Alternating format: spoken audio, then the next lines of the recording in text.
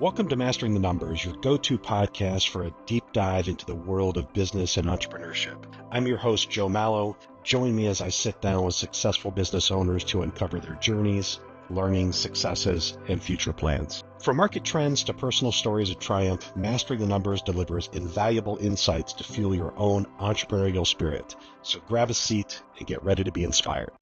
All right, welcome back, everybody, to Mastering the Numbers. I am Joe Mallo with Elite Edge Consulting Group. We are powered by Focal Point Business and Executive Coaching. My guest today is Neil Recker. He's a regional account manager with Work Brau. Thanks for coming and being a part of the podcast, Neil. Sure, Joe. Thanks for having me. It's been great to get to know you so far through this journey. So I'm looking forward to it. Yeah, absolutely. We really appreciate it. For the audience, tell us a little bit about Work Brau. Tell us a little bit about your role within the organization. Sure. So Work Brau is a fourth generation led 76-year-old manufacturer. A lot of fabrication work, and we manufacture excavator and wheel loader attachments for construction equipment, mostly for dealers and some major OEMs. So, a lot of those big excavators, loaders, and equipment you see on the side of the road, oftentimes You'll see a big WB right on the side of those attachments on the end of the sticks. So we're pretty proud of what we do and been doing it for a long time. So we've got a lot of really good customers to help us get there. Okay, great. A little bit, I guess. Sorry, go say ahead. about my role, just to answer that question. So being a regional account manager, my responsibility is our Midwest region. So it's 14 states across the Midwest. Specifically, I kind of have a handful of key accounts. So some of our core dealers who have been doing business with us for a long time. And we've got some additional support team that helps cover some of those further areas, away, or a lot of those other accounts in our region. Great. I was excited to have you on to the podcast because today is going to be a little bit different than our normal podcast. But I think equally important is that you're not the owner of Work Brau. You're a regional account manager, and I wanted to be able to provide more information on some of the challenges and struggles that you've gone through as your career has progressed into the role that you're at, into an upper leadership role. So I guess first of all, what inspired you to get into sales of this type? Sure.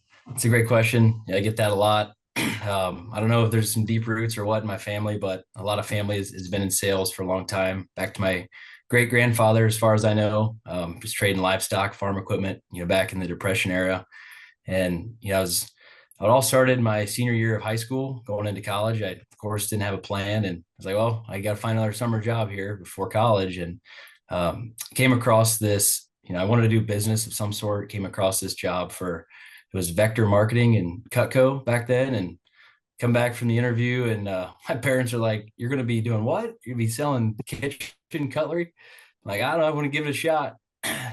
So, it sounded like a gimmick, door-to-door sales, recruit your friends and family type deal. And couldn't have been further from the truth. I mean, it was a fantastic career starter, and I'd recommend it for anyone graduating high school or in college looking to get in business.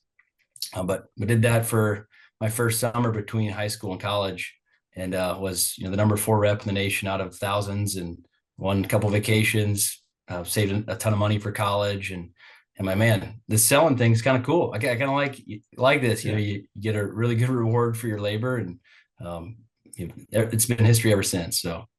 Yeah. So were you working for Cutco and doing sales the whole time you were in college? Yeah, so I did it my summer between, and then kind of got into management training during my first year of college. They decided to open up a branch between my freshman and sophomore year. So I had to find and somehow negotiate a 3-month long lease for that summer. Hired, I think it was 112 people that summer to sell, 12 receptionists to make phone calls and recruit. And, we were, top branch in the region that summer. So I learned a ton being 19 years old, but, I started to realize, hey, the sales thing is pretty neat. But then I decided I wanted to also branch out a little bit. I wanted to get some experience in some business to business type type deals as well. So I found another really good internship for Ryerson Steel during college and did that. And then ultimately led me to a nice opportunity with a more local company back home because I felt that I always wanted to stay around home, got a great support system there. And it was kind of like a startup company. There was less than 10 people there when I first started, and I was selling machine tools for Yeah. manufacturers. And when I left there after a couple of years, we were over 50 employees. So got to kind of witness some of that startup culture atmosphere and a lot of struggles along the way. But again, Yeah. just learned a ton. So and then Yeah. that ultimately led me to Work Brau, where I am now, and it's just a fantastic company. Love my customers that we work with every day, and coworkers. Yeah. So it's worked out well. Yeah. So it seems like just from those stories, you have a lot of business owner mentality in you. You have a lot of that entrepreneurial spirit, as they call it. Is that Sure. really helped you become successful in this sales role that you're in right now at WorkBrow? Yeah, I think so because ultimately, if you're a really good salesperson, you've got a lot of that consultative approach to you, but also that you Yeah. got to challenge the customer a bit, maybe help them think in a different direction they never have before. So if Right. you can truly understand their business and how what you're doing impacts their bottom line and everyone in their organization, and kind of become that consultant for them, I think that can really go a long way and help separate you versus just pitching your product and features and benefits. Yeah. Yeah, I've been in sales my entire career to some extent, and I think a lot of people when they go into sales, they don't realize that you do have to have that business owner mentality to truly be successful. You have to be somewhat of an entrepreneur to be successful in sales. So, Sure. No, I couldn't um, agree more. and you found that out right away before you even hit college, so which is great. So let me ask you this: what are some of the biggest challenges or struggles that you've had to overcome over the years from Sure. Cutco when you were just starting college to where you're at now? Sure. That's a great question. There's a ton. It's not easy, right? It's never easy if you want to become good or great at something. But um, and one of them is especially when I was in manufacturing, and even now, a lot of the customer base we work with are older folks who have been doing it, for a long time. And I can't tell you how many times I've gotten that rebuttal, "Hey son, I've been doing this for longer than you've been alive." So, I completely understand. And a lot of times they do have more knowledge than me, but also, on the flip side, doesn't mean it's the most up to date or the best way to do something either. So I think, it really depends how you handle that situation. But, other than that, I would say age has certainly been a challenge. It seems like I'm always one of the younger folks in the room, but ultimately, if you handle it right, it can become a major benefit. Yeah, absolutely. Well, you're gaining a ton of experience every year, and plus working with those older generation of business owners that you're working with now, they've got I'm sure a tremendous amount of information to provide to you. You can carry forward. So. Sure. So what are some common misconceptions that you've heard over the years about sales representatives? Sure. I know if you're some of my friends or some people, they'll say, "Man, you sure do a lot of golf and you go to a lot of these fancy dinners." And yeah, of course, those are always great and enjoyable, but you fail to realize that you got to get up and leave your house at 5 a.m. to get to that golf outing, and then you get home at 7, 8 o'clock at night. So it does become Yeah, a long day, and then yeah, the next morning you've got 150 unread emails from it. So right, a lot of that stuff, it does come with sacrifice. The dinners, it's great. You go to a convention for a couple of days, but you don't get any sleep and you're constantly up, breakfast meetings till dinner meetings and post dinner yeah, meetings with customers. right, So it's just a ton of time. So doesn't mean you can't enjoy it, but it's, while you're doing that, you're yeah, also missing out on the day to day. We're having to balance all that. So that's certainly right. I would say common misconception of a good sales role. Yeah, yeah. I think I would agree. I think a lot of people don't understand that when you're at that golf outing, and I've been to hundreds of them, you're working the whole time. So it's 4 to 5 to 6 hours of work. Yes, you get to swing a golf club for a little while, but you're on. You're working. You're networking. So same thing with dinners and breakfasts and lunches. They're not. It's not just as enjoyable as just sitting there eating. You're working. Sure. So. No, no Yeah. doubt. Well, then that goes to work-life balance. You just alluded to that a little bit. This has been my troubled spot throughout my career. How have you maintained a work-life balance, or is that Sure. something that you currently struggle with?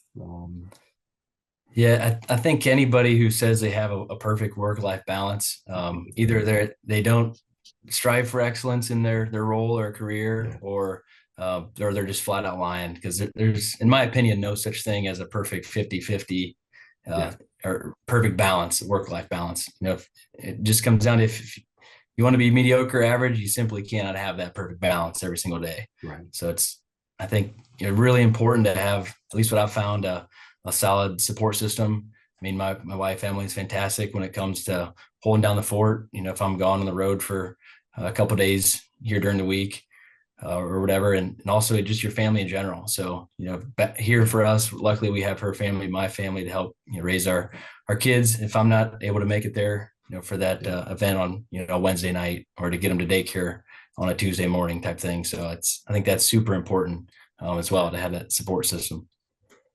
So would that be a recommendation to everybody out there in sales and moving up the ladder like you, is that you have to have a strong support system? I know I couldn't do it without it. I'll tell you that. So there's no way I could get as much done in a day, or get to as many places as I like to and need to, while raising a family, if I didn't have that. So, and Yeah, even if you don't, I think it's important, if you don't even have kids, just to still have family, where you can kind of get your mind off work at the end of the long work yeah, week or a long travel week. So, and have those people to still help push you. Hey, how'd it go? Did you get to meet that person you were trying to get to, or did they ended yeah, up placing that order you were hoping for? That can also go, I think, a pretty long way. yeah. Yeah, I would agree. A support system is incredibly helpful. I know my wife held down the fort for the last 18 years, while I was traveling all over the place. So I would Sure. agree. So how do you, with everything that's going on? So you got family, and of course your role. I think you said 14 states, something like that. How do you stay motivated and focused to just wake up every day and Sure. continue to be excellent? Sure. I mean, a big one, honestly, is our team.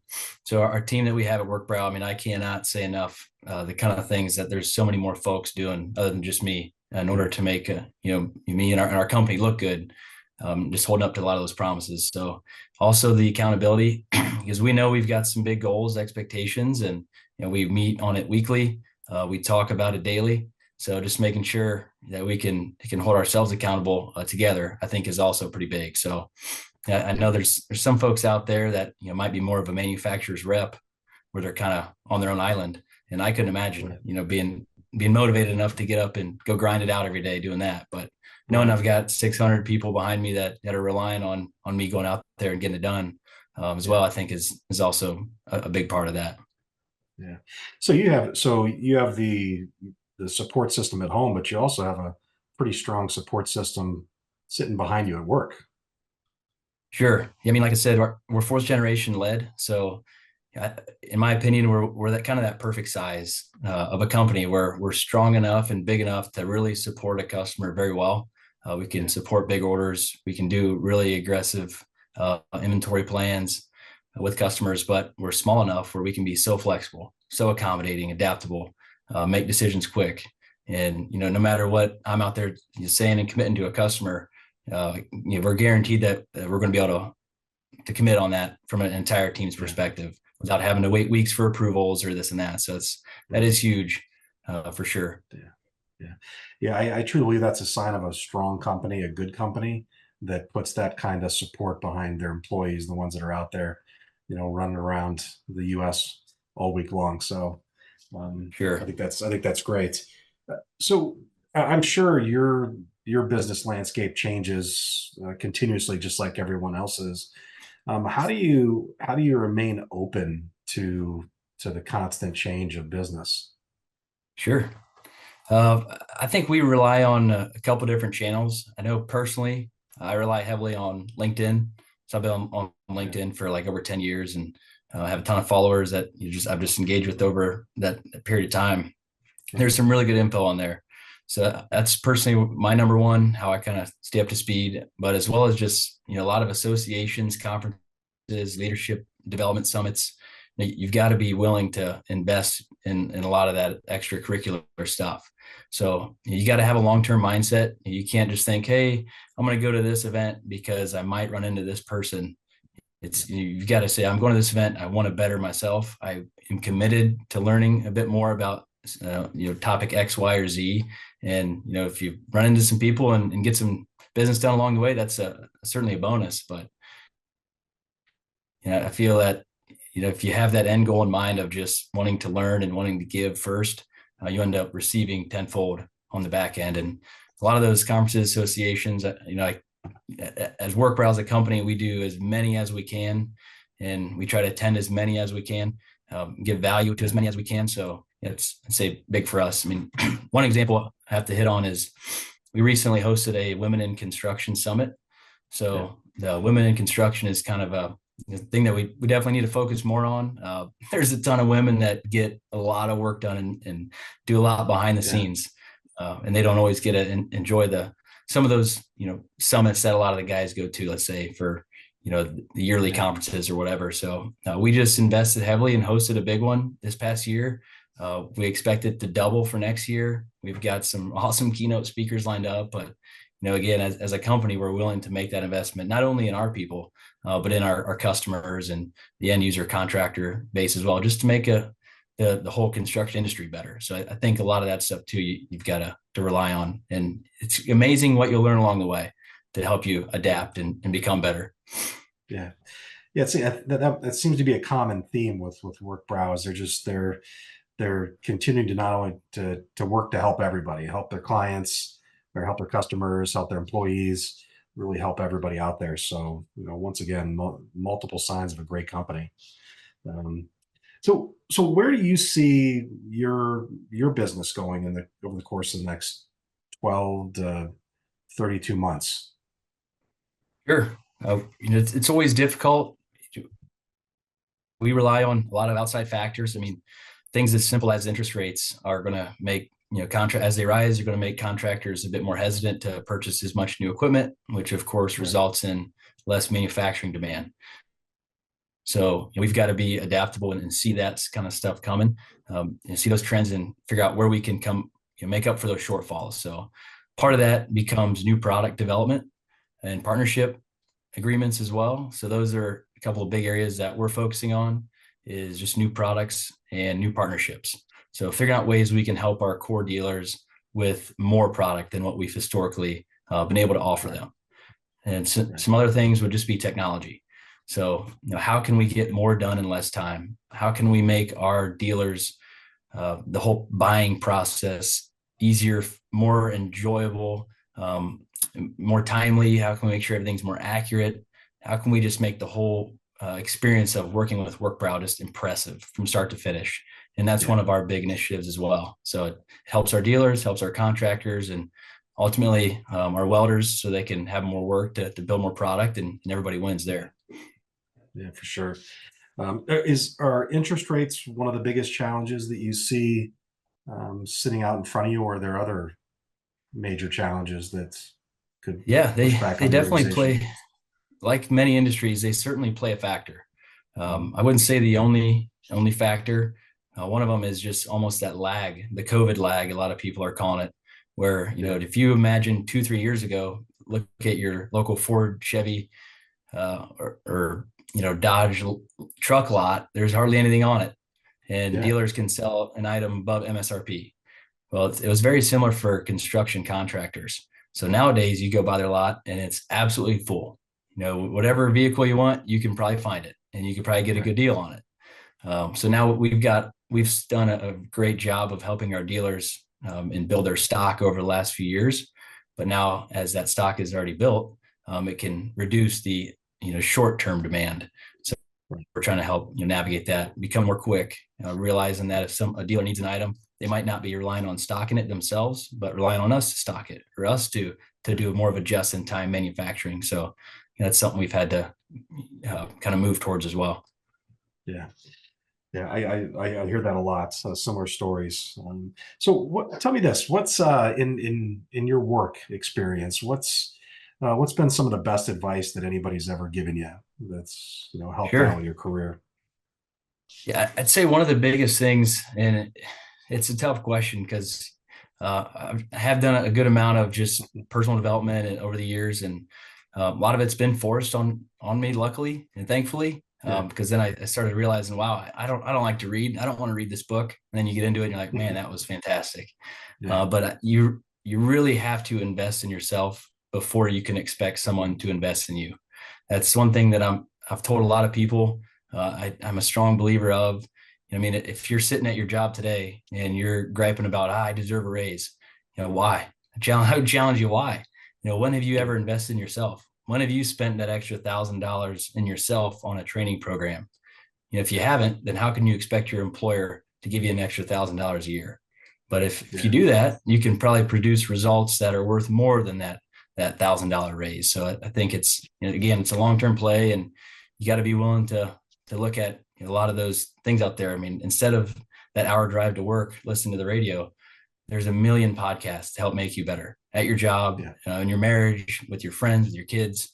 I mean, there's so much out there that can help you, but you got to be willing to want to learn and do all that first. So I'd say that's a pretty yeah, big one for me. yeah. That's great advice. Invest in yourself.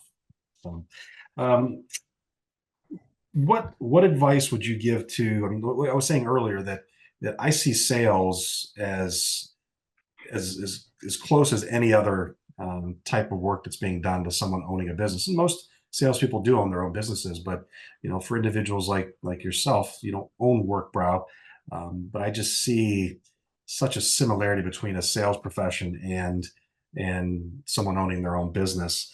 So, what advice would you give to a salesperson or someone who's thinking about going into sales, or someone who might be struggling in their first year or two in whatever sales industry they're in? Sure. No, it's tough. It's definitely not an easy profession, but I think it really becomes or boils down to the root cause of having your customer's best interest in mind, and honestly, not just saying it. I mean, you have to live it. They've got to feel it. They say intent has a smell. Make sure that Yeah, that intent with your customers, when you leave, they're saying, wow, they didn't have to do that for me, but they did, and I'm super thankful of it. You've yeah, got to be super generous with your time when it comes to your customers. It's a long-term game. If you're trying to just make a sale to turn a number for the month or the quarter, you're in it for the wrong reason. But if you're right, really trying to help your customers' business over the long term, the next 5, 10 years down the road, it changes your mindset too. So it yeah, allows you to think differently than maybe some of the other people that are calling on them. So I think that's a big one is you got to have some long-term thinking, and you've got to have that true belief in what you're doing is helping your customer. yeah. I would agree. I think that's great advice. Um, Listen, Neil, I really, really appreciate you taking part in this podcast series. I was really looking forward to hearing your everything from a sales rep side of of the industry. So I really appreciate it. And it, how could the audience, if they wanted to get a hold of you on LinkedIn, how could they hook up with you to get more good advice? Sure. Yeah, that's going to be the easiest way. It's just Neil, Neil Recker. And then you can look up the company Work Brau. It's WERK-BRAU. Feel free. All my contact information's on there. I'm pretty good with connecting with folks. Let me know if you Yeah. found out about it from this podcast, and look forward to connecting with anybody. Perfect. Well, listen, audience, I really appreciate you being here again for Mastering the Numbers, and I look forward to catching you on the next episode. Thanks, Neil. I really appreciate it. You've just experienced another insightful episode of Mastering the Numbers. We hope you enjoyed the journey and gained valuable insights to fuel your financial success. Don't forget to subscribe to Mastering the Numbers on your favorite podcast platform to never miss an episode, and be sure to leave us a review to let us know how we're doing. Until next time, keep pushing forward and let your entrepreneurial spirit soar. Thank you for listening.